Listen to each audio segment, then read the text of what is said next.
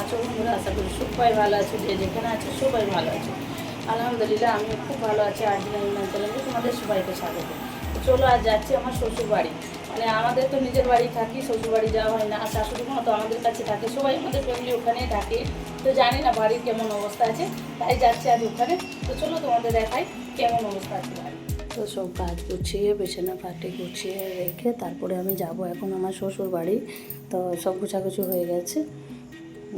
তো আমার আসলে কি জানো তো, আমার নিজে এই বাড়িতে থাকার পরে আমার শাশুড়ি বাড়ি আর যাওয়া হয় না, যেহেতু বাড়িতে কেউ থাকে না, একা একা ভালোও লাগে না, তো যাওয়া হয় না। তারপরে ভাবলাম মেয়েরা সবাই বলছে যে ওইখানে মহরম, মানে এখানে তো বকরিদ করেছি, ওইখানে মহরম করব। তো বললাম ঠিক আছে, তো যাচ্ছি বাড়িতে দেখে আসি বাড়ির কী অবস্থা আছে আগে।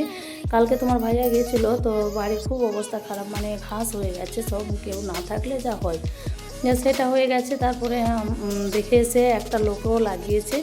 তো তোমার ভাইয়া আমাকে বললো যে চলো যাবে, তো আজকে দেখে নাও তুমি কেমন অবস্থা আছে, থাকার মতন হয়তো তাহলে থাকবে। তো আমি বললাম চলো যাই। তো মেয়েরা জিদ করছে যে যাবো বলছে, তো কিছু করার নেই। আর বাড়িতে কেউ থাকে না বলে আমারও ভালো লাগে না, আর এখানে আমাদের নিজের বাড়িতেই আমায় ভালো লাগে। তো যখন সবাই বলছে, আর যেহেতু আমার মা তো ওই গ্রামের মেয়ে, যেখানে আমার শাশুড়ির মা, আমার শাশুড়ি মা, আমার মা দুই বোন, তো ওই যে একই গ্রামের মেয়ে, তো আমার মাও বলছে যে তাহলে আমারও সবার সাথে দেখা হবে, কেন মহরমে না যে যেখানে থাকে সবাই ওই গ্রামে আসে, কেন বড় মেলা হয়, সবাই আত্মীয় স্বজনরা মহরমে বেশিরভাগ আসার চেষ্টা করে গ্রামে। তো মা বলছে যে অনেক দিন দেখা হয়নি সবার সঙ্গে, তো সবার সঙ্গে দেখা হবে। তো যাই, আমি বললাম তাহলে ঠিক আছে চলো সবাই মিলে যাবো।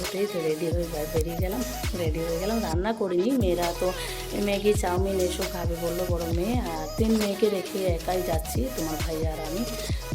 তো মেয়েরা বললো যে আমরা খেয়ে নেবো, আর আমি হোটেল থেকে আসার সময় নিয়ে আসবো মেয়েকে বলেছি।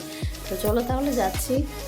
ওই তো বের হয়ে গেছি, রাস্তায় যাচ্ছি। বড় মেয়ে বলছে যে একা একা তোমরা যাচ্ছ, আমি আমাদের তিনজনকে কাউকে নিয়ে যাচ্ছি না।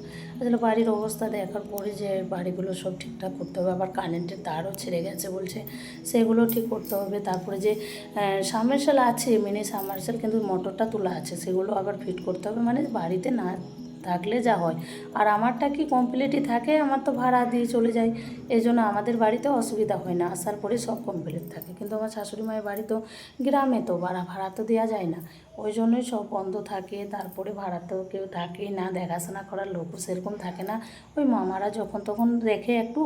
তো তোমরা তো বুঝতেই পারছো, সবারই তো বাড়ির কাজ থাকে, তো সব সময় তা দেখতে পারে না তারাও। তো সময় কারণ হয়তো যাই দেখে এরকম হয়, তো বাড়ি সে যেমন কাজ তেমনই পড়ে থাকে। আর ঘাসপালা, কারেন্টের তার ছিঁড়ে গেছে, অনেক কিছু ক্ষতি হয়। এই যে ওখানে দেখলে সবাই মাছ ধরছে, তো আমরা দাঁড়াতে সময় পেলাম না, কেন আমাদের যে বাড়িতে কাজে, মানে একজন কাজে আছে, তো সে বারবার ডাকছে, তো ওই জন্যই মানে খুবই যাওয়ার তারা, তোমাদের দাঁড়িয়ে কিছু দেখাতে পারছি না। তারপরে রাস্তাগুলো শেয়ার করছি, কত সুন্দর দেখো, ঘাসপালা, তাল গাছ, এই যে এইগুলো দেখছি তো খুব সুন্দর লাগছে, কেন আমিও তো একটা গ্রামের মেয়ে, আর আমার এইগুলো আমায় খুব ভালো লাগে, তাই তোমাদের সঙ্গেও একটু শেয়ার করলাম, দেখতে সুন্দর লাগছে বলে। তো চলো তাহলে, এই যে বাড়িতে এসে গেছি, এই যে আমার শাশুড়ি মায়ের এই যে গেট এটা।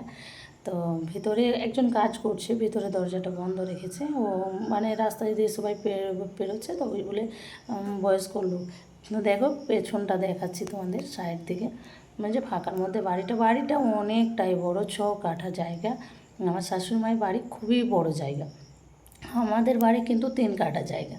তারপরে ওই যে এইদিকে পেছন দিকে যাচ্ছি, এখানে পেছনেও একটা গেট রয়েছে, পেছন দিকেও একটা গেট থাকে, এই যে এটা পেছনের গেট বলে, পেছনের গেটটাও বন্ধ করা রয়েছে, সবই বন্ধই আছে, তালা বন্ধ আছে। এই যে আমি ঢুকছি, কিন্তু তোমার ভাই গেট খোলার পরেও কিন্তু আমি গেটটা ঠেলতে পারছি না, দেখো এত টান হয়ে গেছে। আসলে কি বন্ধ থাকলে জং পড়ে যায়, আর জং পড়া পড়ে যে এখন চেঁচাকে ধরে কাজে লাগিয়েছে জানো, কাউকে পাচ্ছিল না। তারপরে জোর করে বলছে চেঁচাজি একটু করে দাও বলে, খুব জোর জবরদস্তি করে চেঁচা করছে। সেই কাল থেকে, পরশু থেকে লেগেছে, কালকে করেছে, আবার আজকে ওই যে ঘাসগুলো ওঠাচ্ছে। বাড়িটা কত বড় দেখো, কেউ না থাকলে যা অবস্থা হয়, এই যে ঢালাইগুলো সব শিউলা পড়ে গেছে, আর কী অবস্থা। অনেক দিন পর কিন্তু এই বাড়িতে ঢুকলাম, আমার বাড়িতে সেরকম যাওয়া হয় না, নিজের বাড়ি থাকি, তারপরে যে কাজগুলো গুছানোর বাকি থাকে সে কাজগুলো করি, আর এই জন্য এই বাড়িতে আর আসা হয় না।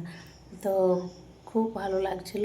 আর এই যে যাওয়ার সময় আমি দেখলাম একটা শিয়াল, আমি শিয়াল কিন্তু সামনাসামনি কোনো দিন দেখিনি, তোমার ভাইয়া বললো ওই ওই যে শিয়াল।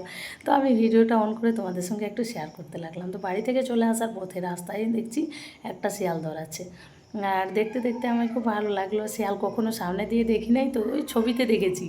তো তোমার ভাইকে বললাম দাঁড়াও না একটু ভিডিওটা বানিয়ে নিই। তো ভিডিও বানিয়ে এই যে যাচ্ছি, ওই মাঠে ছাগল গরু চড়ছে, তো তার জন্য শিয়ালগুলো যাচ্ছে।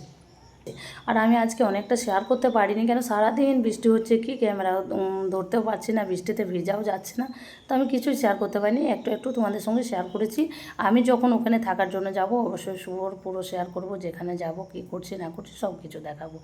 তো আমি এখন বাড়ি চলে যাচ্ছি, আর বৃষ্টিতে ভিজে ভিজেই কিন্তু বাড়ি যাচ্ছিলাম। তারপরে এখন একটু কম হয়েছে, দেখছো তো আকাশটা এত বৃষ্টি হচ্ছে, বৃষ্টি যে খুব জোর তা নয়, কিন্তু ভিজে যাওয়ার মতো এরকম বৃষ্টি হচ্ছে। তো মেয়েদের জন্য খাবার নিতে হবে, তাই আমরা যাচ্ছি একটু তাড়াহুড়ার উপরে।